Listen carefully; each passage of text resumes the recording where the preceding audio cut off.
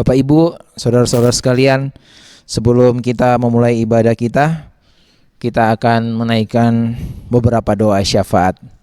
Mari kita satukan hati kita bersama-sama berdoa. Haleluya Tuhan, haleluya. Bapa di surga, di pagi hari ini kami menaikkan pujian syukur kami, sebab kami ada sampai saat ini karena kemurahan Tuhan, karena pertolongan Tuhan, karena perlindungan Tuhan. Sebab itu Bapa di surga, kami bersyukur, kami berterima kasih. Sebelum kami memulai ibadah kami di pagi hari ini Bapa, kami mau menaikkan doa-doa syafaat kami, khususnya untuk bangsa dan negara kami Tuhan. Di saat-saat ini Tuhan masih menghadapi perjuangan, pergumulan tentang COVID-19. Bapa di surga, kami mohon belas kasihan Tuhan, kami mohon pertolongan Tuhan, kami mohon pimpinan, penyertaan, perlindungan Tuhan. Tuhan kiranya memberkati pemerintah dengan setiap aparat yang ada di dalamnya. Tuhan menolong, memberkati tim medis yang terus berjuang dalam menangani virus COVID-19 ini. Tuhan kiranya memberikan juga masyarakatnya Tuhan sikap hati agar mau menjaga setiap perilaku, setiap perbuatan, setiap pola hidup Tuhan dalam menjaga, dalam hidup sehari-hari Tuhan, supaya penyebaran dari COVID-19 ini Tuhan boleh dapat sama-sama Tuhan berjuang, sama-sama untuk mengatasi bertambahnya COVID-19 ini. Oleh sebab itu kami berdoa kiranya Tuhan memberkati masyarakat yang ada, supaya memiliki sikap hati yang serius untuk berjuang menangani bersama-sama tentang perkembangan COVID-19 ini Tuhan. Kami juga berdoa untuk perekonomian bangsa kami Tuhan, melalui Bank Indonesia yang Tuhan menangani perekonomian yang ada di Indonesia ini, untuk kestabilan ekonomian, kestabilan rupiah, perdagangan, inflasi, dan setiap perekonomian yang ada di Indonesia ini. Tuhan menolong, Tuhan memberkati dalam penanganan ini Tuhan. Bapa di surga, kami berdoa kiranya Tuhan boleh terus menyinari bangsa kami dengan kasih Tuhan, dengan wajah Tuhan. Tuhan kiranya juga terus memberikan kasih karunia untuk bangsa kami, untuk negara kami Tuhan, khususnya di dalam penanganan COVID-19 ini. Biar wajah Tuhan, kasih Tuhan, kuasa Tuhan menyinari, memberkati, memberikan damai sejahtera untuk bangsa kami. Terima kasih Bapa. Begitu juga kami berdoa untuk pekerjaan Tuhan yang ada di Holis 300 ini Tuhan. Tuhan memberkati pekerjaan Tuhan di tempat ini. Tuhan memberkati, menolong Gembala Sidang dengan keluarga, khususnya terus untuk kesehatan dari Bapak Gembala. Tuhan menolong, Tuhan berkati. Tuhan juga menolong, memberkati setiap pelayan-pelayan yang ada. Tuhan juga menolong, memberkati setiap jemaat Tuhan yang ada. Mulai dari anak-anak Tuhan berkati, pemuda, remaja, orang tua, bahkan yang sudah usia lanjut Tuhan memberkati, Tuhan menolong. Apalagi dalam situasi saat ini. Begitu juga Tuhan, kami berdoa untuk setiap perjuangan, pergumulan dari setiap jemaat. Tuhan berkati, Tuhan tolong perlindungan-Mu, kesehatan yang dari Tuhan. Setiap keperluan, kebutuhan dari setiap jemaat, Tuhan berkati, Tuhan tolong. Terima kasih Bapa di surga. Kami angkat setiap doa-doa syafaat ini di dalam nama Tuhan Yesus Kristus. Bapa, begitu juga saat ini kami akan mulai ibadah kami pada pagi hari ini. Tuhan memberkati ibadah kami pagi hari ini. Tuhan mengurapi, Tuhan menolong setiap mereka yang mengambil bagian dalam pelayanan Tuhan, baik di mimbar maupun non mimbar. Tuhan urapi, memberkati jemaat Tuhan yang mendengarkan. Tuhan menolong, mengurapi Tuhan. Kami sama-sama boleh menerima berkat-berkat rohani yang daripada Tuhan. Terima kasih Bapa. Ibadah ini Tuhan dari awal, pertengahan sampai akhirnya kami bawa dalam pimpinan, penyertaan dan memulainya di dalam nama Tuhan Yesus Kristus. Haleluya. Amin. Shalom. Bersyukur untuk kesempatan yang indah ini, di mana pagi hari ini kita boleh bersama-sama dapat datang untuk beribadah. Bapak Ibu yang terkasih, mari saat pagi hari ini kita boleh mau menyatukan hati kita untuk memuji dan menyembah Dia. Haleluya Yesus. Inilah kerinduan kami Tuhan, untuk selalu berada di dekat Engkau. Haleluya. Haleluya Yesus.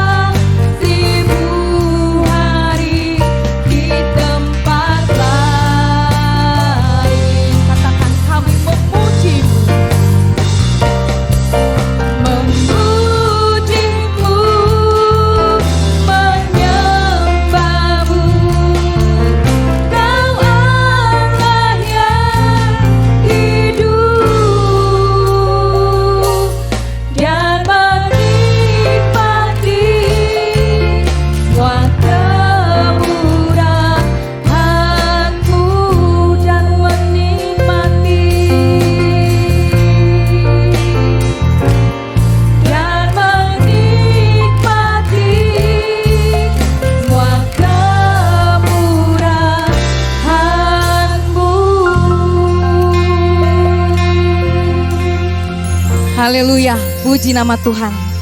Kita semua percaya bahwa Allah sanggup merubah segala kekhawatiran kita untuk menjadi sukacita. Amin. Puji nama Tuhan. Mari kita angkat suara kita, puji dan serukan nama Yesus dan bersukacitalah.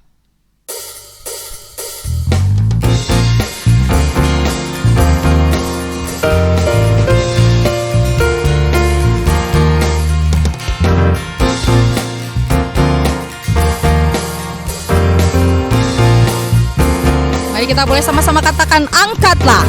Angkatlah suaramu, puji dan serukan nama Yesus. Tanggalkan bebanku, tak perlu kau khawatir, sebab Dia sanggup. Gerakkan kakimu, menarilah dan bertepuk tangan.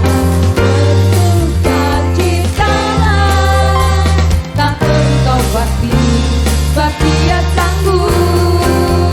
Sekarang nyanyikan kebesarannya, Dia kuat dan penuh kuasa. Bersorak-sorai karena kasih-Nya telah datang membawa kita. Nyanyi bagi Dia. Haleluya, puji nama Tuhan. Angkatlah suara kita. Angkatlah suaramu, puji dan serukan nama Yesus. Tanggalkan bebanmu, tak perlu kau khawatir, sebab Dia sanggup.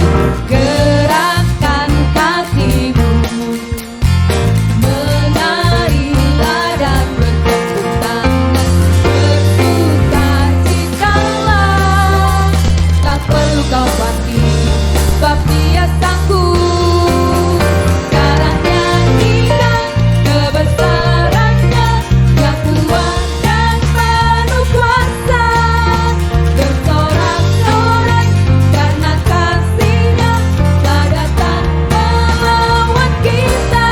Nyanyi bagi Dia. Sekarang nyanyikan kebesarannya, Dia kuat dan penuh kuasa. Bersorak-sorai karena kasih-Nya telah datang melawat kita. Sekarang nyanyikan kebesarannya, Dia kuat dan penuh kuasa. Bersorak-sorai karena kasih-Nya telah datang melawat kita. Nyanyi bagi Dia. Nyanyi bagi Dia. Nyanyi bagi Dia. Puji nama Tuhan. Mari kita beli kemuliaan bagi Allah kita. Puji nama Tuhan. Jemaat Tuhan yang terkasih, kita bersyukur kalau saat ini kita adalah umat pilihan Allah yang sudah dimenangkan. Kita memiliki tugas, yaitu untuk melakukan amanat agung, untuk memberitakan Injil. Puji nama Tuhan. Sebentar kita akan menaikkan pujian. Inilah tugas kami, di mana pujian ini boleh memberkati dan mendorong kita agar kita boleh memberitakan Injil. Puji nama Tuhan. Haleluya.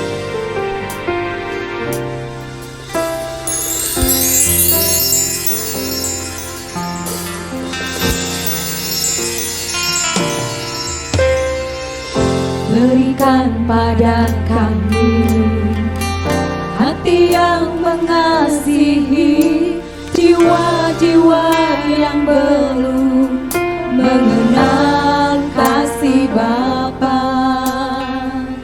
Mereka yang dalam dan mereka yang tersesat, hati kami tiba seperti hatimu Yesus. Tuhan, ini tugas kami. Beri keberanian bagi kami. Taruhlah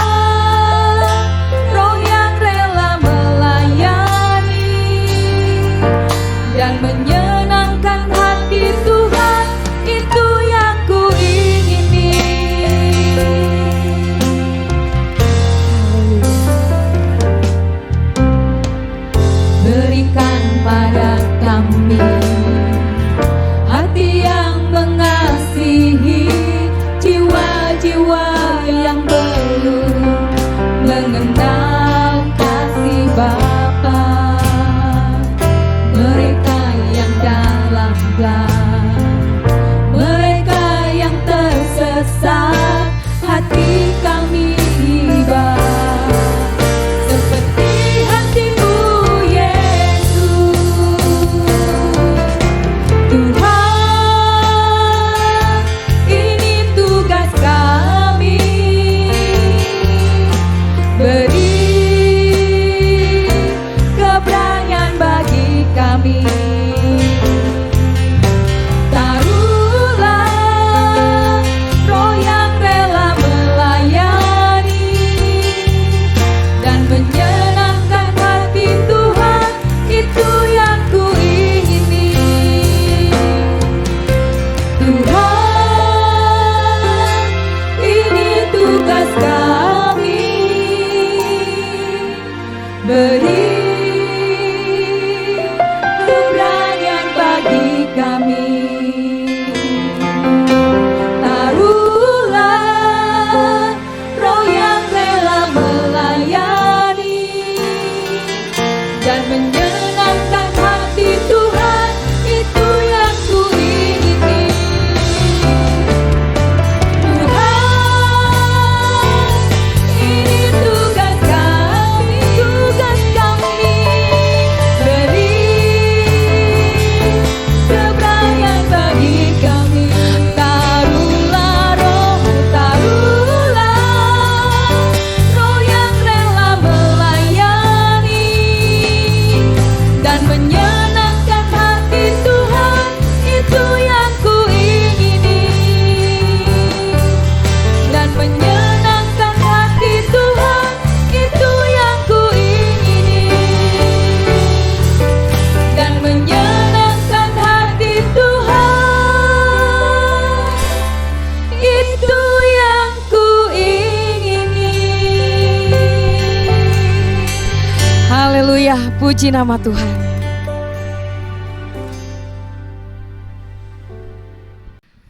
Haleluya.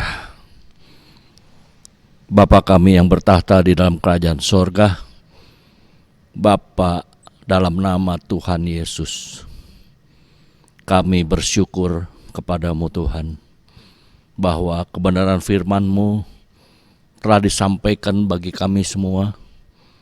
Kami yakin dan percaya firman-Mu ini memberikan keteguhan dalam hati kami, di mana masa-masa sulit pandemi COVID-19 sedang melanda. Haleluya, dan kami berjumpa di dalam online video. Namun kami yakin dan percaya Roh Kudus-Mu hadir di tiap-tiap rumah yang membuka hatinya untuk mengikuti ibadah. Dan kami yakin dan percaya mereka semua diberkati oleh Tuhan dengan berkat-berkat firman-Mu. Terima kasih Bapa, hamba-Mu yang telah menyampaikan kepada firman-Mu.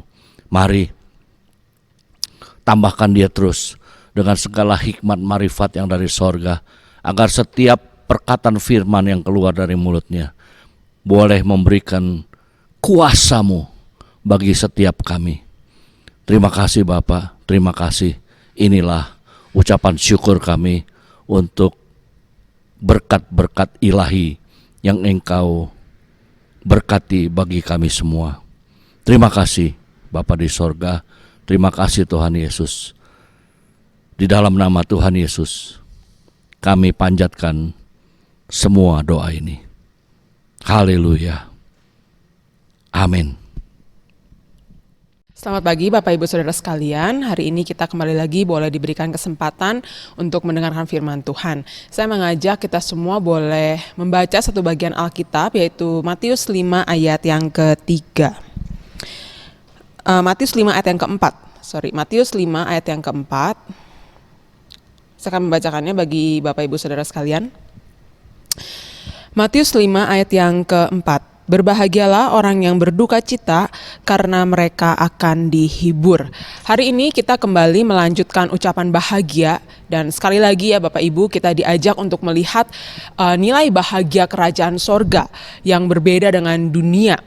Apa yang dunia anggap tidak biasa atau tidak masuk akal, justru itulah yang benar menurut nilai-nilai kerajaan sorga. Dan di dalam ajaran Tuhan Yesus, kita diajak melihat banyak paradoks. Apa itu paradoks gitu ya Bapak Ibu? Paradoks itu adalah dua hal yang tampak bertentangan, tetapi keduanya mengandung kebenaran. Saya akan memberikan contoh. Contohnya misalnya adalah terikat dalam kebebasan. Gitu ya, sepertinya itu berlawanan tetapi keduanya mengandung kebenaran. Terikat iya, tetapi bebas juga iya. Atau contoh lain adalah berbahagia orang yang berduka cita, seperti yang kita baca di dalam ayat yang tadi ya. Atau di dalam kalimat yang lain, dalam bagian Alkitab yang lain dikatakan siapa mempertahankan nyawa justru kehilangan nyawa. Loh, bagaimana mungkin mempertahankan nyawa justru malah kehilangan nyawa? Tetapi itulah yang kita dapatkan di dalam kalimat-kalimat Tuhan Yesus di dalam Alkitab. Banyak sekali kebenaran-kebenaran paradoks yang boleh diajarkan oleh Tuhan. Tetapi itulah yang kita lihat di dalam Matius 5 ayat 4 ini, yaitu berbahagialah orang yang berduka cita karena mereka akan dihibur. Ini salah satu kalimat paradoks yang boleh Tuhan ucapkan dan ajarkan kepada kita.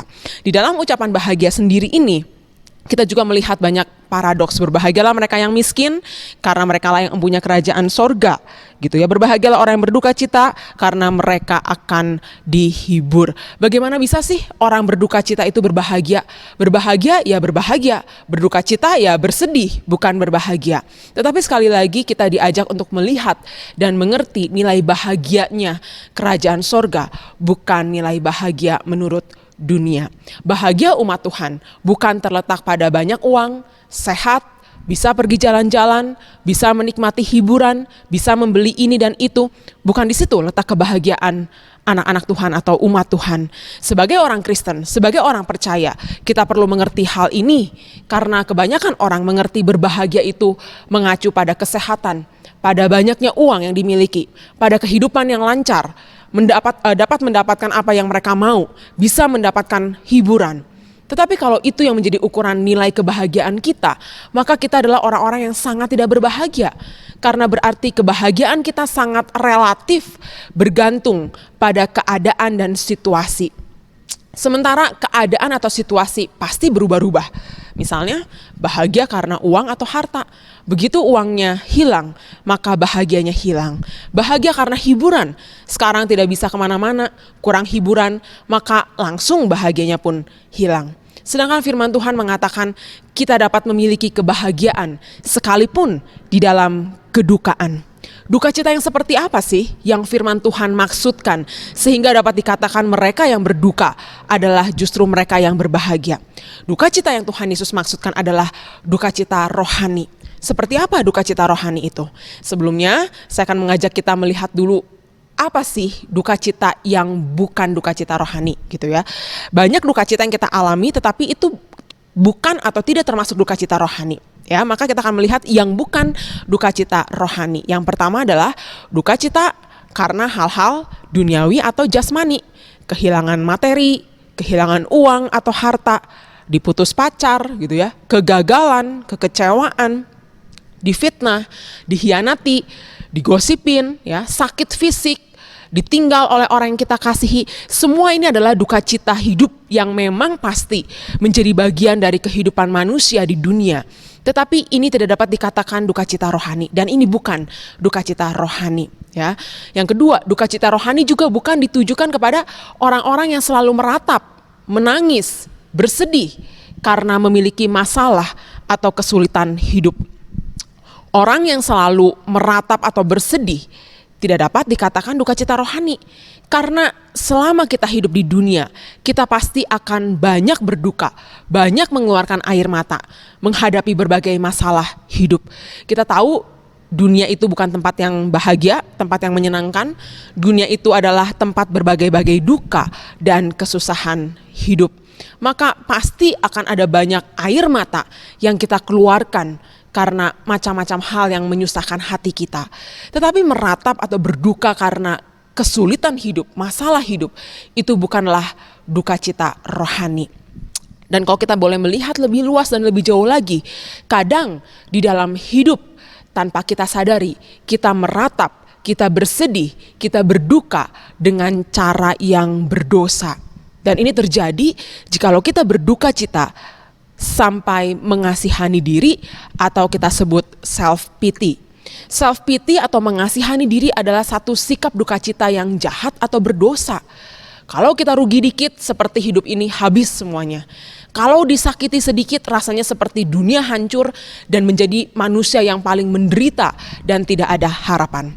Seorang hamba Tuhan mengatakan, orang yang self-pity, dia memiliki dunia tertutupnya sendiri, sangat berfokus pada diri sendiri, lalu menarik seluruh orang lain untuk memperhatikan dan mengasihani dia. Itu pun dia merasa kurang dan tidak diperhatikan. Self-pity akan menghancurkan seolah-olah Kristus tidak memiliki kuasa untuk memberikan kekuatan dan pengharapan di dalam kehidupan kita di dunia ini. Maka Bapak Ibu, hati-hati jikalau kita berduka, bersedih sampai mengasihani diri dan tidak punya pengharapan kepada Kristus. Ini bukanlah duka cita rohani. Bahkan ini dapat dikatakan sikap berduka yang berdosa. Kita akan melihat contoh Alkitab, kesedihan-kesedihan yang bukan duka cita rohani, bahkan ini merupakan duka cita yang jahat, yang berdosa, dan begitu egois mengasihani diri. Kita baca dari 2 Samuel 13 ayat 1-4. 2 Samuel 13 ayat 1-4. 2 Samuel 13 ayat 1-4, saya bacakan bagi Bapak Ibu. Kita akan membuka beberapa bagian Alkitab, jadi saya harap Bapak Ibu boleh memegang Alkitab dan tidak menutupnya. 2 Samuel 13 ayat 1-4. Amnon dan Tamar. Sesudah itu terjadilah yang berikut. Absalom bin Daud mempunyai seorang adik perempuan yang cantik, namanya Tamar, dan Amnon bin Daud jatuh cinta kepadanya. Hati Amnon sangat tergoda sehingga ia jatuh sakit karena Tamar, saudaranya itu, sebab anak perempuan itu masih perawan, dan menurut anggapan Amnon mustahil untuk melakukan sesuatu terhadap dia. Amnon mempunyai seorang sahabat bernama Yonadab, anak Simea, kakak Daud. Yonadab itu seorang yang sangat cerdik. Katanya kepada Amnon, "Hai anak raja, mengapa engkau demikian merana setiap pagi? Tidakkah lebih baik engkau memberitahukannya kepadaku?" Kata Amnon kepadanya, "Aku cinta kepada Tamar, adik perempuan Absalom, saudaraku itu." Bapak Ibu, Amnon anak dari salah satu istri Daud, suka kepada saudara tirinya Tamar. Jadi Tamar itu adalah anak Daud dari istri yang lain lagi. Ya, dituliskan di ayat 2 dan 4, Bapak Ibu perhatikan ayat 2, hati Amnon sangat tergoda sehingga jatuh sakit karena Tamar, saudaranya itu. Sebab anak perempuan itu masih perawan dan menurut anggapan Amnon mustahil untuk melakukan sesuatu terhadap dia. Dikatakan dia berkabung, ayat yang keempat, katanya kepada Amnon, "Hai anak raja, mengapa engkau demikian merana setiap pagi?" Jadi bayangkan, si Amnon ini berkabung, merana setiap pagi, dan dikatakan sampai jatuh sakit karena hatinya sangat tergoda dan jatuh cinta kepada saudara tirinya, yaitu Tamar. Ini adalah sebuah kesedihan yang jahat dan berdosa dari seorang pria yang menderita sakit, menderita berduka karena dia tidak dapat memuaskan nafsunya. Dia berduka, dia bersedih atas sebuah keinginan yang begitu egois, berdosa, hawa nafsu yang jahat yang tidak terpenuhi. Dan duka citanya tidak hilang sampai dia dapat mengungkapkan hawa nafsunya kepada Tamar. Bapak Ibu bayangkan ya, dia berduka, dia meratap sampai jatuh sakit. Dan kita melihat duka cita ini bukanlah duka cita rohani, bahkan dapat dikatakan ini adalah sebuah duka cita yang jahat dan berdosa. Kita melihat contoh yang lain, yaitu 1 Raja-Raja 21. 1 Raja-Raja 21. 1 Raja-Raja 21 ayat 1-4. 1 Raja-Raja 21 ayat 1-4, saya akan bacakan. 1 Raja-Raja 21 ayat 1-4. Sesudah itu terjadilah hal yang berikut. Nabot, orang Yizreel, mempunyai kebun anggur di Yizreel, di samping istana Ahab raja Samaria. Berkatalah Ahab kepada Nabot, "Berikanlah kepadaku kebun anggurmu itu, supaya kujadikan kebun sayur, sebab letaknya dekat rumahku." Aku akan memberikan kepadamu kebun anggur yang lebih baik daripada itu sebagai gantinya, atau jikalau engkau lebih suka, aku akan membayar harganya kepadamu dengan uang. Jawab Nabot kepada Ahab, kiranya Tuhan menghindarkan aku daripada memberikan milik pusaka nenek moyangku kepadamu. Ayat 4, lalu masuklah Ahab ke dalam istananya dengan kesal hati dan gusar karena perkataan yang dikatakan Nabot orang Yizreel itu kepadanya. Tidak akan kuberikan kepadamu milik pusaka nenek moyangku. Maka berbaringlah ia di tempat tidurnya dan menelungkupkan mukanya dan tidak mau makan. Ini adalah kisah di mana Ahab yang menginginkan kebun anggur Nabot. Alkitab berkata dia berduka karena dia bernafsu untuk kebun anggur Nabot. Yang sebenarnya kebun anggur itu tidak akan diberikan oleh Nabot karena merupakan milik pusaka nenek moyangnya. Dituliskan di ayat 4 bahwa dia menjadi gusar. Ya, dia kemudian berbaring di tempat tidurnya dan menelungkupkan mukanya dan tidak mau makan. Ini raja tapi seperti anak kecil. Seolah-olah dunianya hancur karena keinginan egoisnya, nafsunya tidak terpenuhi, lalu dia berduka. Dia berduka cita, dia gusar, dia kesal hati sampai tidak mau makan.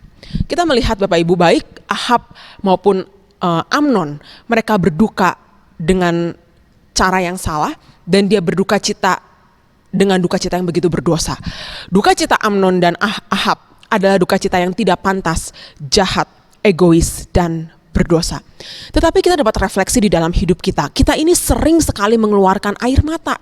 Kita ini sering kali berduka di dalam kehidupan kita. Pertanyaannya adalah karena apa dan untuk apa? Mungkin banyak sekali air mata duka cita yang kita keluarkan untuk hal-hal jasmani, untuk hal-hal duniawi, untuk hal-hal material, tetapi tidak untuk Tuhan. Bahkan mungkin ratapan kita seringkali adalah ratapan yang berdosa karena mengasihani diri, karena menginginkan hal-hal yang begitu egois, hal-hal yang begitu merupakan hawa nafsu.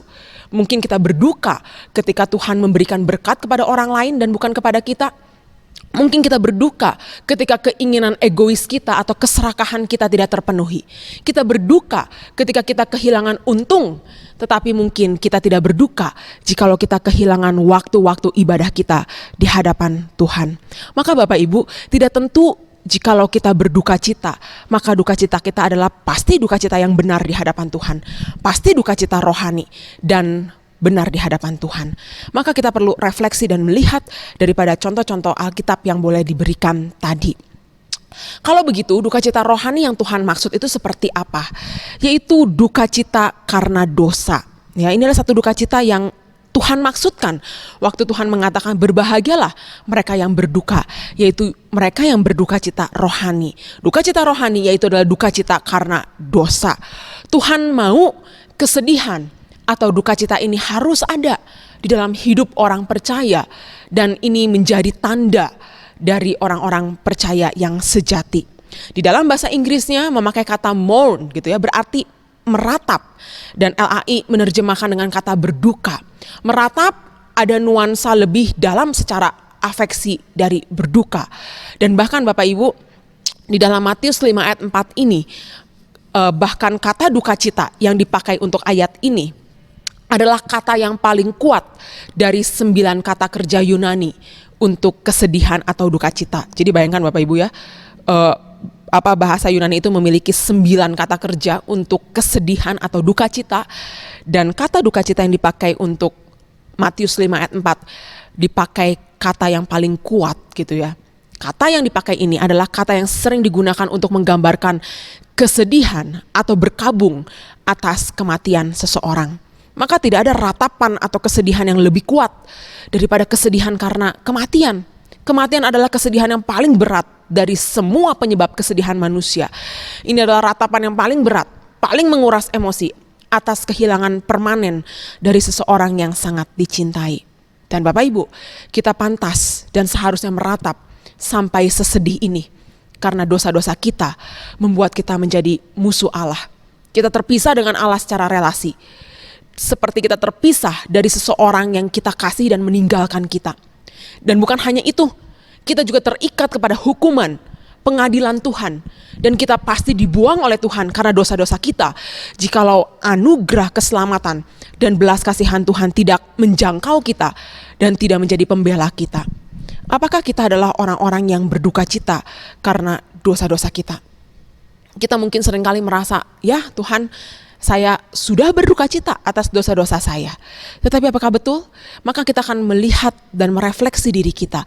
Apakah duka cita saya adalah memang berduka karena dosa atau bukan karena dosa? Kita akan melihat duka cita yang bukan karena dosa. Duka cita bukan meratap karena dosa. Kita semua bisa berduka, ya, tetapi mungkin kita belum benar-benar berduka karena dosa. Maka kita lihat duka cita yang bukan meratap karena dosa. Yaitu yang pertama, jikalau kita berduka karena kita takut konsekuensi atau hukuman Tuhan dan bukan menyesali dosa. Kalau kita berduka karena kita takut hukuman Tuhan, maka kita belum sungguh-sungguh berduka atau meratap karena dosa kita. Ini seperti sebuah duka cita yang terpaksa, bukan karena menyesal atas dosa, tapi karena takut Tuhan hukum. Dan hukuman Tuhan tampaknya lebih mengganggu kita daripada dosa itu sendiri. Kalau kita berduka hanya karena kita takut akan neraka, kita berduka karena kita takut tidak diberkati oleh Tuhan, takut nanti ketahuan sama pendeta, takut nanti ketahuan sama gereja, takut nanti istri tahu, takut anak keluarga tahu, takut orang tua malu. Ini adalah satu hal yang menandakan tidak ada penyesalan atas dosa itu sendiri. Kenapa? Karena kalau nggak ketahuan gitu ya, kalau nggak ada hukuman, kalau nggak ada konsekuensi, kita mungkin akan terus melakukan dosa-dosa itu. Dan ini sama seperti pencuri yang hanya menangisi hukuman, konsekuensi, dan bukan menyesal karena pelanggarannya sudah mencuri. Seringkali kita menyesal dan menangis bukan karena kita sadar menyesali dosa-dosa kita, tapi hanya karena kita takut hukuman Tuhan, takut konsekuensi, takut ketahuan oleh gereja, oleh pendeta, oleh keluarga besar, oleh orang tua. Tetapi mungkin jikalau konsekuensi itu belum tiba, kalau kita belum ketahuan, kita mungkin masih terus melakukan dosa-dosa tersebut. Kita melihat salah satu contoh yang begitu jelas di dalam Keluaran 10. Keluaran 10 ayat 16 sampai 17. Keluaran 10 ayat 16 sampai 17, saya akan bacakan untuk Bapak Ibu. Keluaran 10 ayat 16 sampai 17. Saya bacakan. Ini adalah ketika tulah ke-8 tiba kepada Mesir, yaitu belalang. Keluaran 10 ayat 16 sampai 17, maka segeralah Firaun memanggil Musa dan Harun serta berkata, "Aku telah berbuat dosa terhadap Tuhan Allahmu dan terhadap kamu. Oleh sebab itu ampunilah kiranya dosaku untuk sekali ini saja, dan berdoalah kepada Tuhan Allahmu itu supaya bahaya maut ini dijauhkannya daripadaku." Kita lihat di sini Bapak Ibu, Firaun berkata, singkirkan tulah itu, karena tulah itu mengganggunya. Dia tidak kuat lagi dengan hukuman yang Tuhan berikan, dia tidak kuat lagi dengan tekanan konsekuensi gitu ya. Tetapi lihat ya, ini bukan sebuah penyesalan karena dia sadar kesalahan dia. Karena kenyataannya setelah Musa berdoa dan dihalaukan belalang itu, Firaun tetap tidak membiarkan bangsa Israel boleh keluar dari Mesir. Dia nggak menyadari bahwa itu kesalahan dan dosanya. Dia tidak menyesal benar-benar karena dia sudah melakukan kesalahan atau kejahatan di hadapan Allah. Dia tetap mengulang lagi dosanya dengan menahan bangsa Israel keluar dari Mesir. Waktu dia menangis, waktu dia minta ampun, itu hanya karena dia tidak kuat lagi dengan konsekuensi atau dengan hukuman yang sedang Tuhan berikan di atas negeri Mesir. Dan kita Bapak Ibu bisa seperti ini, menyesal, menangis di hadapan Tuhan, bukan karena dosa kita, tetapi karena Tuhan, saya udah gak tahan lagi dengan hukuman yang Engkau berikan. Saya takut dengan konsekuensi yang mungkin akan Tuhan berikan atas dosa-dosa yang saya lakukan. Air mata yang kita keluarkan bisa karena takut akan penderitaan, takut akan hukuman yang harus ditanggung, bukan karena menyesali dosa. Jadi Bapak Ibu, kalau kita berduka karena kita takut hukuman Tuhan, karena kita takut konsekuensi dosa, itu bukanlah duka cita rohani. Itu bukan duka cita rohani. Yang kedua, yang bukan duka cita rohani adalah duka cita tanpa bukti pertobatan. Ini salah satu duka cita yang hanya bersifat luaran. Dan kita lihat satu contoh lagi di dalam Alkitab. Keluaran 9 ayat 27 sampai 28. Saya masih mengambil kisah yang sama dari Firaun. Keluaran 9 ayat 27 sampai 28. Ini ketika tulah ketujuh, yaitu hujan es. Keluaran 9 ayat 27 sampai 28. Saya bacakan. Lalu Firaun menyuruh memanggil Musa dan Harun serta berkata kepada mereka, "Aku telah berdosa sekali ini. Tuhan itu yang benar, tetapi aku dan rakyatku lah yang bersalah. Berdoalah kepada Tuhan, guru yang sangat dahsyat dan hujan es itu sudah cukup. Maka aku akan membiarkan kamu pergi. Tidak usah kamu tinggal lebih lama lagi." Kita lihat ya, ayat 34 dan 35. Ayat 34 dan 35. Tetapi ketika Firaun melihat bahwa hujan es dan guru telah berhenti, maka teruslah ia berbuat dosa. Ia tetap berkeras hati, baik ia maupun para pegawainya. Ayat 35, berkeraslah hati Firaun sehingga ia tidak membiarkan orang Israel pergi, seperti yang telah difirmankan Tuhan dengan perantaraan Musa. Bapak Ibu, kita lihat ya, satu penyesalan dan duka cita yang sia-sia. Di luar tampak menyesal gitu ya, bercucur air mata seolah-olah meratap, "Aduh Musa," gitu ya, "saya sudah berdosa kepada Tuhan." Tetapi ternyata Alkitab menuliskan hatinya keras. Di luar tampak berduka hanya saat itu, tetapi hatinya tidak ada penyesalan. Ketika hukuman dilalukan, ketika konsekuensinya dilalukan, maka Firaun kembali berkeras hati dan terus berbuat dosa. Ketika hukumannya hilang, dia terus berbuat dosa. Bapak Ibu, ini hanya tangisan-tangisan tetapi tanpa bukti pertobatan. Akhirnya mengulang-ulang lagi dosa yang sama dengan mudahnya. Itulah yang dilakukan oleh Firaun. Dikatakan teruslah ia berbuat dosa, gitu ya. Kalau kita melihat ya, Bapak Ibu Saudara sekalian, kita sering melihat acara-acara mengaku dosa. Kemudian orang-orang bercucuran air mata mengakui dosa-dosa mereka. Ada baiknya, ya, mengaku dosa ada baiknya. Tetapi apa berikutnya? Kalau hanya mengaku supaya mengurangi rasa bersalah, itu bukan pertobatan. Dan itu bukan duka cita rohani. Air muka menyesal, banjir air mata, boleh dan bisa saja. Tetapi tanpa pertobatan, itu bukanlah duka cita rohani. Karena buah-buah pertobatan dalam hidup kita adalah bukti yang tidak dapat disangkali dari bentuk duka cita rohani yang sesungguhnya. Maka kita boleh merefleksi dalam hidup kita ya Bapak Ibu. Kalau kita berduka, kita nangis di hadapan Tuhan, tetapi hanya karena takut hukuman Tuhan, karena takut konsekuensi, takut ketahuan gitu ya, dan bahkan tidak ada bukti pertobatan, itu adalah air mata yang bukan meratap, bukan duka cita rohani. Bukan duka cita rohani.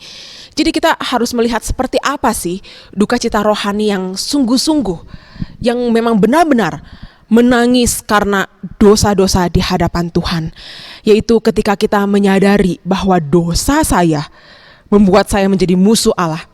Kita melihat dosa saya sebagai sebuah kejahatan, pemberontakan, pelecehan terhadap Tuhan. Dan bagian ini paling penting Bapak Ibu, ketika kita sadar kita menjadi musuh Allah, kita melakukan kejahatan, pemberontakan, pelecehan terhadap Tuhan, maka kita tidak melakukan pembenaran atau pembelaan atas dosa-dosa kita. Tidak ada pembelaan, tidak ada pembenaran atas dosa-dosa kita. Kita akan melihat di dalam kisah Daud ketika dia mengambil Batsyeba dan dia membunuh Uria suaminya. Lalu Nabi Nathan datang menegurnya, dan Nabi Nathan memberitahukan hukuman Tuhan yang akan menimpa Daud dan keluarganya. Kita lihat di dalam 2 Samuel 12. 2 Samuel 12. 2 Samuel 12 ayat 9 sampai 12. 2 Samuel 12 ayat 9 sampai 12. Saya bacakan. 2 Samuel 12 ayat 9 sampai 12. Mengapa engkau menghina Tuhan dengan melakukan apa yang jahat di matanya? Uria orang Het itu kau biarkan ditewaskan dengan pedang. Istrinya kau ambil menjadi istrimu. dan dia sendiri telah kau biarkan dibunuh oleh pedang Bani Amon. Oleh sebab itu, pedang tidak akan menyingkir dari keturunanmu sampai selamanya, karena engkau telah menghina aku dan mengambil istri Uria orang Het itu untuk menjadi istrimu. Beginilah firman Tuhan, bahwasannya malapetaka akan kutimpakan ke atasmu yang datang dari kaum keluargamu sendiri. Aku akan mengambil istri-istrimu di depan matamu dan memberikannya kepada orang lain. Orang itu akan tidur dengan istri-istrimu di siang hari, sebab engkau telah melakukannya secara tersembunyi. Tetapi aku akan melakukan hal itu di depan seluruh Israel secara terang-terangan. Bapak Ibu lihat ya, jadi Nabi Nathan datang kepada Daud setelah Daud melakukan dosa kejahatan di hadapan Tuhan, membunuh panglimanya sendiri, kemudian mengambil istrinya secara diam-diam. Nabi Nathan datang menegur Daud dan menyampaikan seluruh hukuman Tuhan yang akan menimpa Daud dan keluarganya. Apa yang menjadi reaksi Daud pertama kali ketika Nabi Nathan memberitahukan konsekuensi dosa atau hukuman yang Tuhan berikan kepada Daud? Kita lihat ayat yang ke-13. Lalu berkatalah Daud kepada Nathan, aku sudah berdosa kepada Tuhan.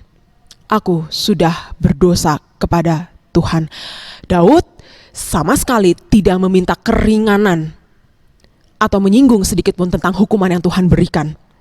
Daud tidak minta diringankan atau dihilangkan hukumannya karena seolah-olah dia sudah menyesal dan mengaku dosa. Tidak.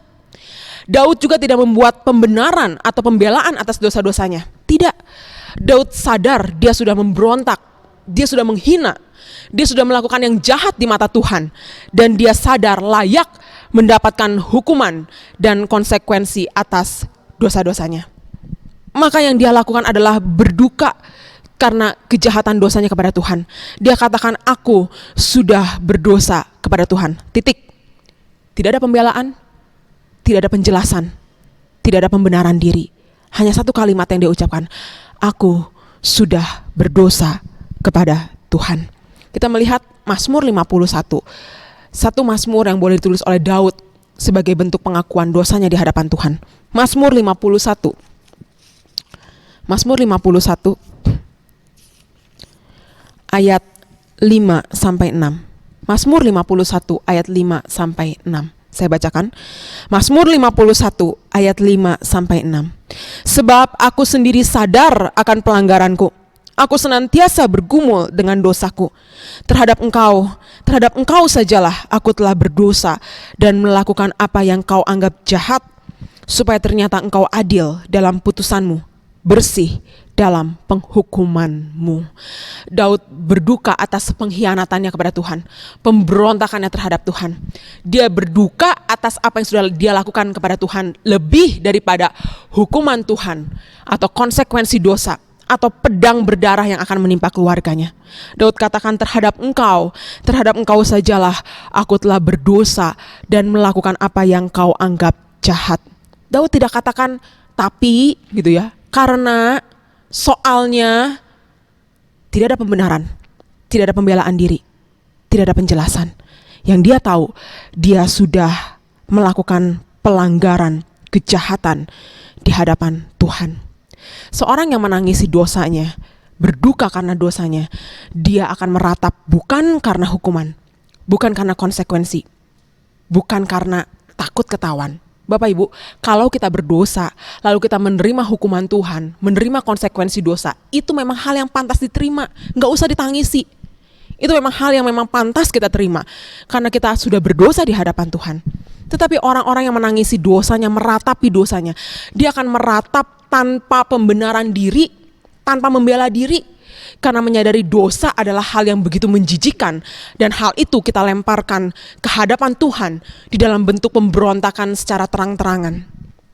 Kita melakukan kejahatan di hadapan Tuhan. Di dalam kehidupan kita ya Bapak Ibu, kita sering kali ini mengajarkan anak-anak kita gitu ya, jangan berbuat ini, jangan berbuat itu, dan sering kali tanpa sadar kita mengatakan, jangan loh, nanti dihukum sama guru. Jangan loh bikin malu orang tua gitu, nanti orang tua malu, nanti papa mama malu. Kita menakut-nakuti mereka dengan hukuman atas nama orang tua. Bukankah seharusnya kita ajar mereka untuk menyadari jangan lakukan ini, jangan lakukan itu, karena itu menyakiti hati Tuhan. Karena itu mendukakan Tuhan. Karena itu merupakan pemberontakan di hadapan Tuhan. Karena itu kamu akan menyakitkan dan mendukakan hati Tuhan. Bukankah seharusnya itu juga yang ada dalam kehidupan kita gitu ya? Jangan lakukan ini, jangan lakukan itu bukan karena kita takut ketahuan, takut hukuman gitu ya. Tetapi karena kita tahu bahwa apa yang kita lakukan sungguh-sungguh merupakan satu kejahatan di hadapan Tuhan. Dan seharusnya kita menyesali hal itu, meratapi hal itu. Apakah duka cita rohani yang seperti ini yang ada dalam kehidupan kita? Yang seperti Daud lakukan ketika dia berdosa di hadapan Tuhan. Tidak ada penjelasan, tidak ada pembenaran diri, tidak ada pembelaan. Hanya kalimat pengakuan dosa di hadapan Tuhan. Terhadap engkau sajalah aku sudah berdosa. Terhadap engkau sajalah aku melakukan yang kau anggap jahat. Seorang hamba Tuhan abad 16 mengatakan, kita memiliki banyak orang yang dapat meratapi hal-hal jasmani dan hal-hal duniawi yang tidak dapat menangisi seorang juru selamat yang disalibkan.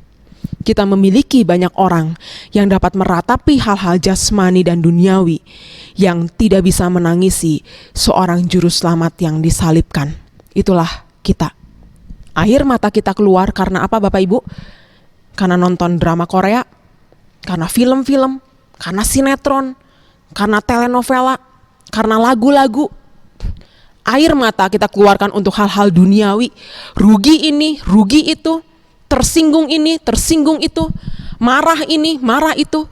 Sementara untuk dosa kita kepada Tuhan, mungkin setetes pun begitu sulit, setetes pun tidak ada. Kita perlu minta sama Tuhan, Tuhan berikan kepada saya air mata yang menangisi, meratapi dosa-dosa saya yang sudah menyakiti hati Tuhan, mendukakan hati Tuhan.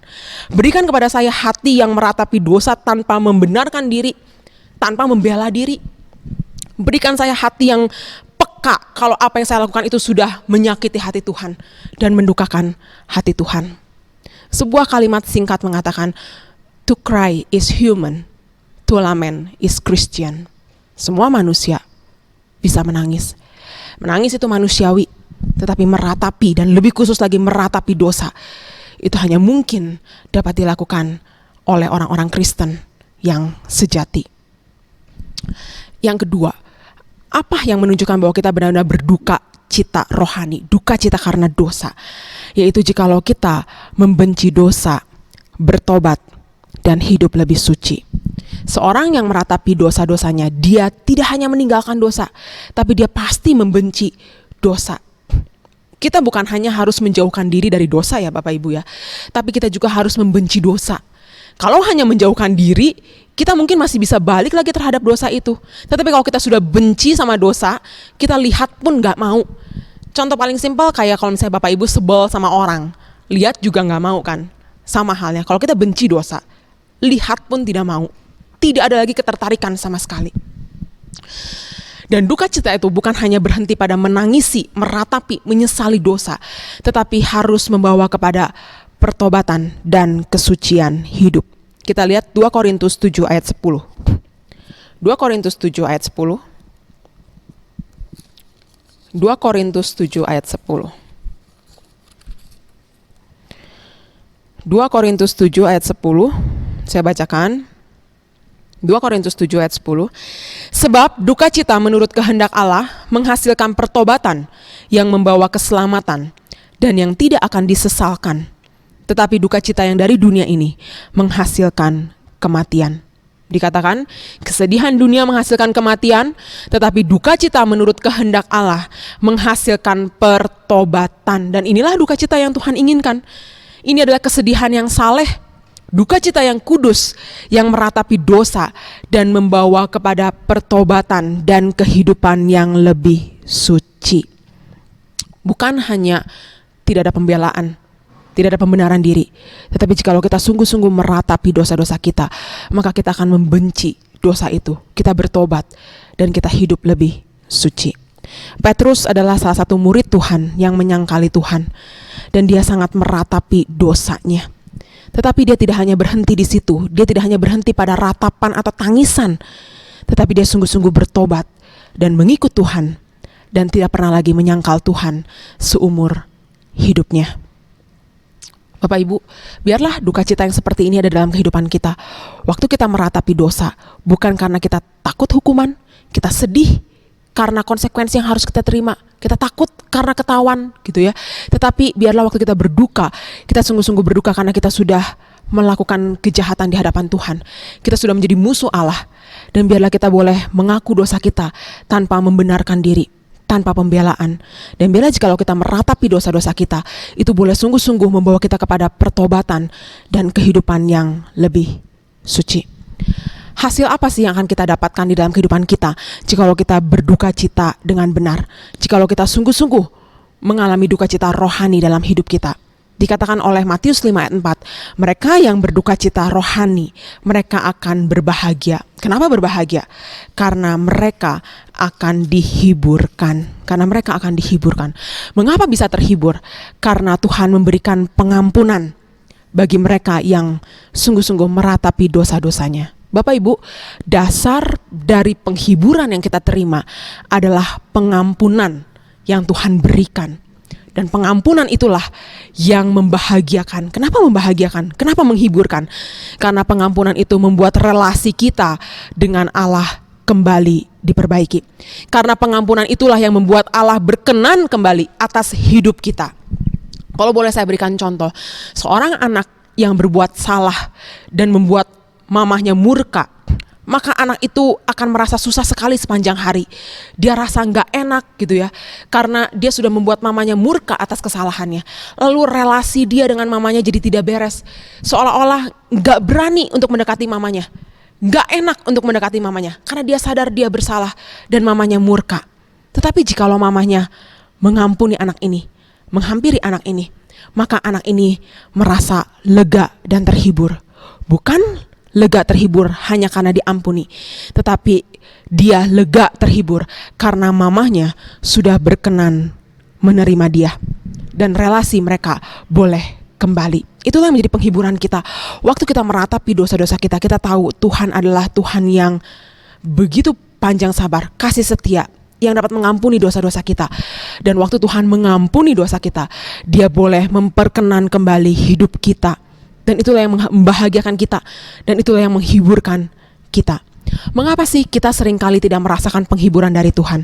Karena mungkin kita juga tidak pernah benar-benar berduka atas dosa-dosa kita. Kita hanya takut pada hukuman. Kita banyak melakukan pembenaran dan pembelaan diri atas dosa-dosa pelanggaran kita. Sehingga Tuhan juga tidak berkenan kepada kita. Maukah kita berbahagia? Maukah kita dihiburkan oleh Tuhan? Biarlah kita boleh sungguh-sungguh meratapi dosa-dosa kita dengan sungguh-sungguh di hadapan Tuhan. Saya akan menutup firman Tuhan hari ini dengan kisah seorang yang sungguh-sungguh meratapi dosa-dosanya, sungguh-sungguh berduka tanpa pembelaan diri, tanpa pembenaran diri, dan orang inilah yang sungguh-sungguh mendapatkan penghiburan. Kita lihat Lukas 15. Lukas 15 ayat 18 sampai 20. Lukas 15 ayat 18 sampai 20. Lukas 15 ayat 18 sampai 20. Ini adalah perumpamaan tentang anak yang hilang. Saya akan bacakan. Lukas 15 ayat 18 sampai 20.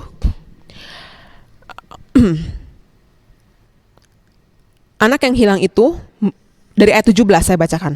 Lalu ia menyadari keadaannya, katanya, betapa banyaknya orang upahan Bapakku yang berlimpah-limpah makanannya, tetapi aku di sini mati kelaparan. Aku akan bangkit dan pergi kepada Bapakku dan berkata kepadanya, Bapa, aku telah berdosa terhadap sorga dan terhadap Bapa. Aku tidak layak lagi disebutkan anak Bapa. Jadikanlah aku sebagai salah seorang upahan Bapa. Maka bangkitlah ia dan pergi kepada bapaknya. Ketika ia masih jauh, ayahnya telah melihatnya, lalu tergeraklah hatinya oleh belas kasihan. Ayahnya itu berlari mendapatkan dia, lalu merangkul dan mencium dia.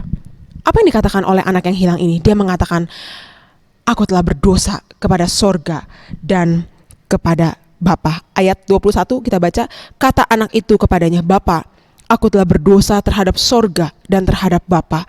Aku tidak layak lagi disebut anak Bapa. Apa yang dia katakan anak ini? Dia mengatakan, aku telah berdosa kepada sorga dan Bapa. Aku tidak layak lagi disebut anak. Jadikan aku orang upahan saja. Dia sadar dosanya. Dia meratapi kejahatannya. Bahkan kalau kita lihat di ayat 18.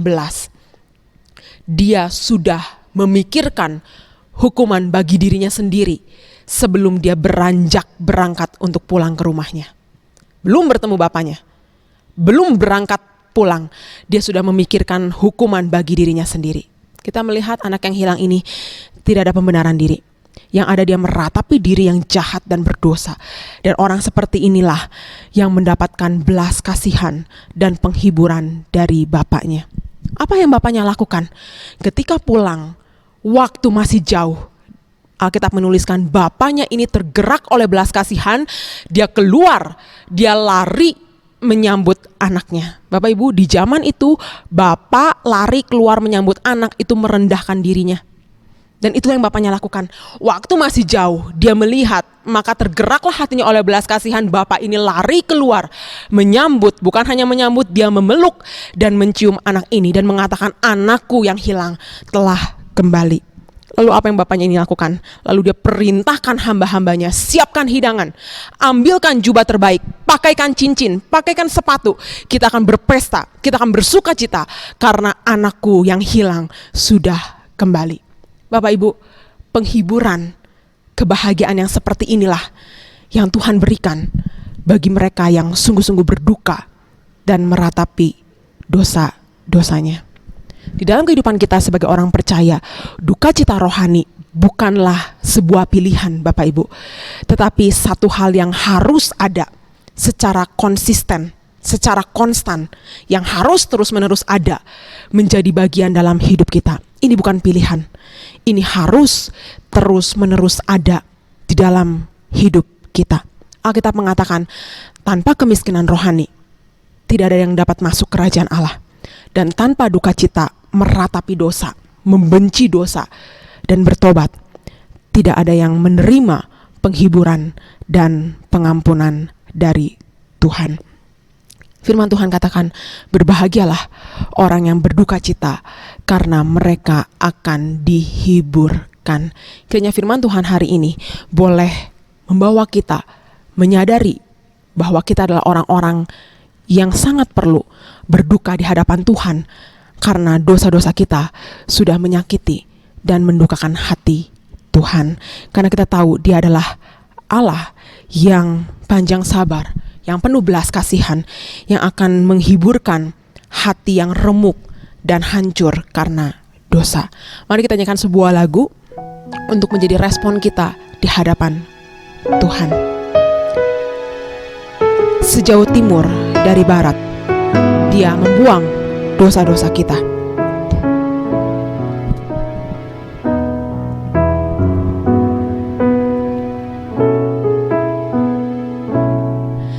Sejauh timur dari barat, Engkau membuang dosaku. Tiada kau ingat lagi, tiada kau ingat lagi pelanggaranku. Jauh ke dalam tubir laut, Dia melemparkan dosa kita. Jauh ke dalam tubir laut, Kau melemparkan dosaku. Tiada kau perhitungkan kesalahanku. Betapa besar kasih pengampunanmu Tuhan. Betapa besar kasih pengampunanmu Tuhan. Tak kau pandang hina, tak kau pandang hina hati yang hancur.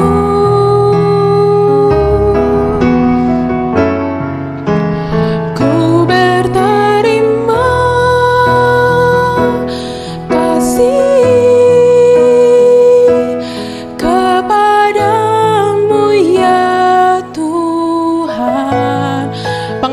Tuhan. Pengampunan yang Kau beri, pulihkanku. Betapa besar kasih pengampunan-Mu Tuhan. Betapa besar kasih pengampunan-Mu Tuhan.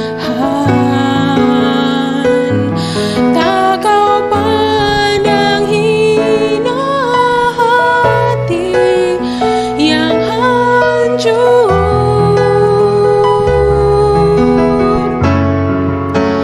Ku berterima kasih kepadamu ya Tuhan. Pengampunan yang Kau beri, pulihkanku. Pengampunan yang Kau beri, pulihkanku. Pengampunan yang Kau beri, pulihkanku. Mari sama-sama kita tundukkan kepala, kita berdoa dan kita bersyukur untuk firman Tuhan pada pagi hari ini.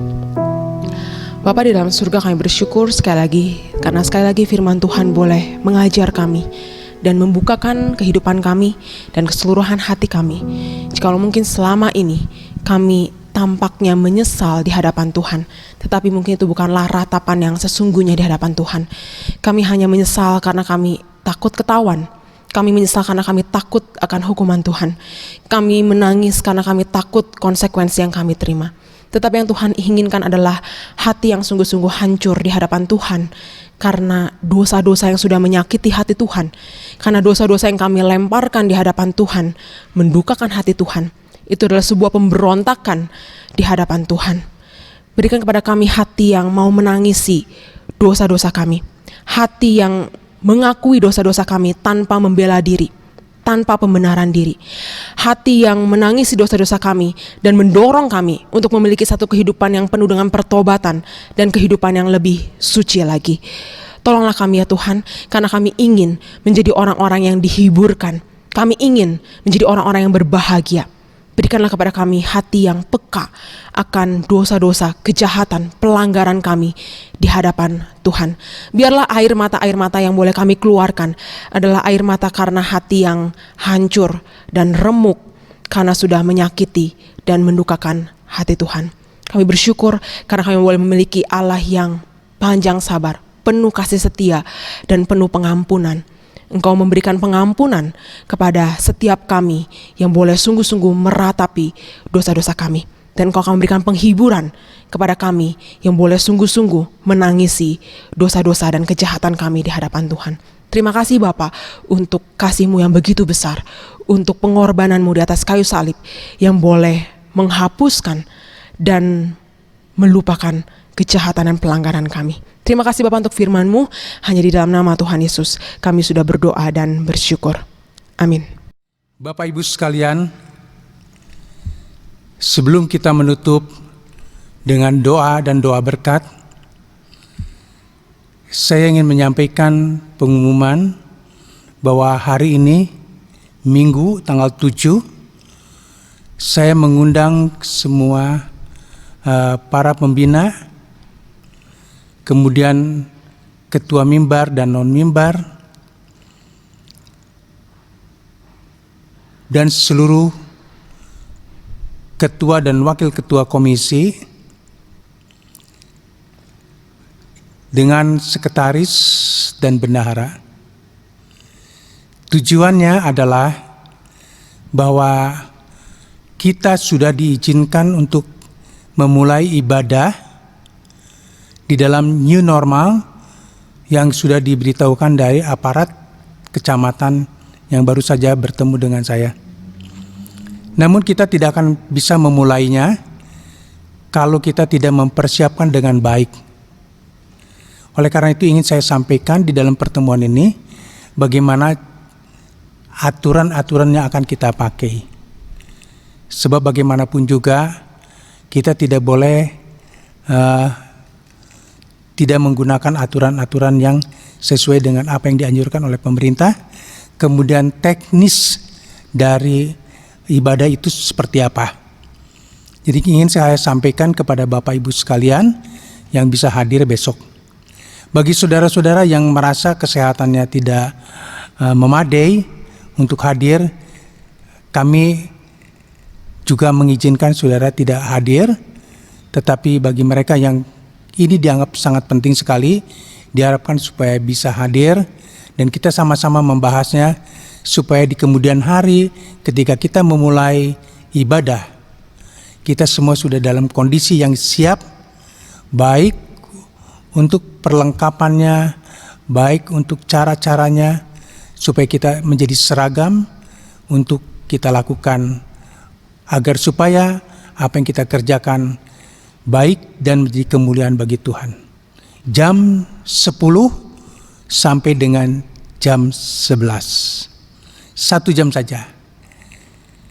Saya harap Bapak Ibu sekalian dapat hadir pada hari ini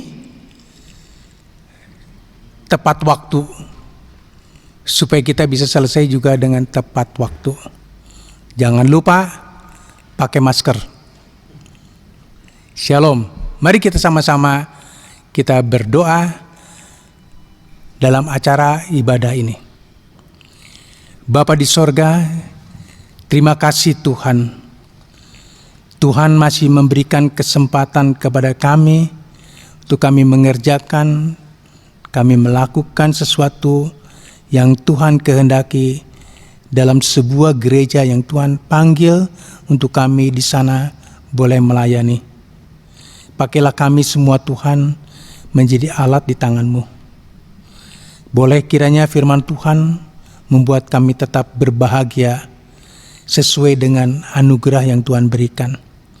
Sekalipun di hadapan kami menghadapi berbagai macam kesulitan, kesukaran yang harus kami tempuh, namun kami percaya kami tidak berjalan sendiri, namun Tuhan menyertai kami semuanya. Kekuatan adalah bersumber daripada Engkau, kebahagiaan adalah juga bersumber daripada Engkau, sehingga kami boleh menjalankan hidup ini menjadi indah di hadapan sesama kami, teristimewa juga di hati Tuhan, agar supaya kami boleh melakukannya dengan sebaik-baiknya. Kami berdoa Tuhan untuk seluruh keluarga jemaat Gereja Bethel Tabernakel Holis 300 ini, yang Tuhan sudah tempatkan kami di sini untuk melayani. Tuhan sudah mengirimkan jiwa-jiwa, kiranya Tuhan memberikan kami keteguhan, kekuatan, dan kebahagiaan. Baik kami sebagai kepala keluarga, sebagai ibu rumah tangga, anak-anak kami Tuhan, cucu-cucu kami mohon perlindungan Tuhan dimanapun kami berada. Tuhan berkati kami yang berusaha, Tuhan berkati kami yang bekerja. Yang sedang mereka berjuang, kiranya Tuhan memberikan kekuatan dan memberikan jalan keluar. Tuhan mencukupi kami apa yang kami perlukan. Dan kami berdoa juga Tuhan untuk saudara-saudara kami yang mungkin saat ini dalam keadaan kondisi yang kurang sehat. Kiranya Tuhan terus memulihkannya, memberikan kesehatan yang sebaik-baiknya. Bagi saudara-saudara kami yang saat ini dalam kelemahan, Tuhan juga memberikan kekuatan, kesegaran di dalam jiwa, di dalam kehidupan yang sedang mereka jalankan. Yang berputus asa Tuhan, berikan pengharapan, dan Tuhan terus meneguhkannya, sehingga mereka boleh tetap berharap kepada Tuhan. Bagi saudara kami yang suam-suam kuku, kiranya Tuhan tolong, Tuhan mengingatkan, karena juga Engkau mengasihi seperti Engkau mengasihi kami semuanya. Terima kasih Bapak, terima kasih. Kami menyerahkan hamba-Mu yang sudah menjadi berkat bagi kami di pagi hari ini, yang sudah menguraikan firman-Nya. Kiranya firman Tuhan ini boleh ada di dalam hati kami, dan Tuhan berikan kami anugerah untuk kami dapat melakukannya, sehingga nama Tuhan dipermuliakan. Berkatilah Tuhan karirnya, masa-masa depan yang akan mereka lakukan dan jalankan. Kiranya berkat Tuhan terhadap hamba-Mu, terus Tuhan memakainya menjadi alat di tangan-Mu di sepanjang hidupnya. Sebentar kami satu dengan lain akan terpisah. Kami akan kembali ke tempat kami masing-masing. Oleh karena itu Tuhan, hamba memohonkan berkat-berkat Tuhan yang berlimpah bagi setiap jemaat kami. Di dalam persekutuan, di dalam Allah Bapa, Anak, dan Roh Kudus. Mulai hari ini sampai saatnya Engkau datang yang kedua kali menjemput kami semua yang percaya kepadanya. Di dalam nama Yesus Tuhan dan Juru Selamat, hamba alaskan doa kami. Bapa, terima kasih. Bapa, terima kasih. Bapa di dalam surga, ku berterima kasih.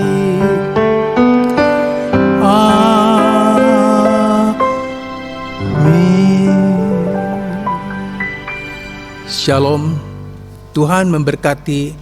Sampai jumpa di hari dan kesempatan yang Tuhan sudah sediakan. Amin. Setiap persembahan yang diberikan melalui transfer ke bank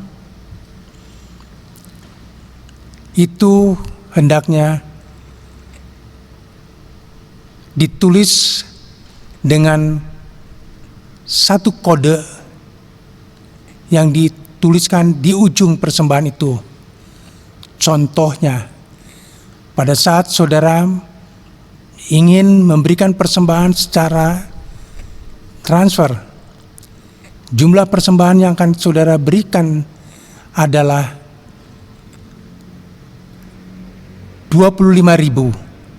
Maka saudara tuliskan 25.001. Jadi dilebihkan Rp1 agar supaya dapat kami bedakan ini dengan yang lainnya. Kemudian persembahan untuk perpuluhan. Persembahan untuk perpuluhan diberikan kode juga. Misalnya 100.000, maka saudara harus menuliskan, mentransfernya dengan catatan sebagai berikut: 100.002. Jadi ujungnya ada angka 2. Demikian pengumuman ini kami sampaikan supaya keuangan ini dapat dilaporkan secara terbuka dan memudahkan kami untuk mengerjakannya. Kiranya pengumuman ini juga boleh memberkati saudara dan saudara yang sudah memberikan persembahan-persembahan melalui transfer, kiranya Tuhan juga memberkati saudara. Sekian, Tuhan Yesus memberkati Bapak Ibu sekalian dimanapun Bapak Ibu berada. Sampai jumpa di lain kesempatan. Tuhan memberkati.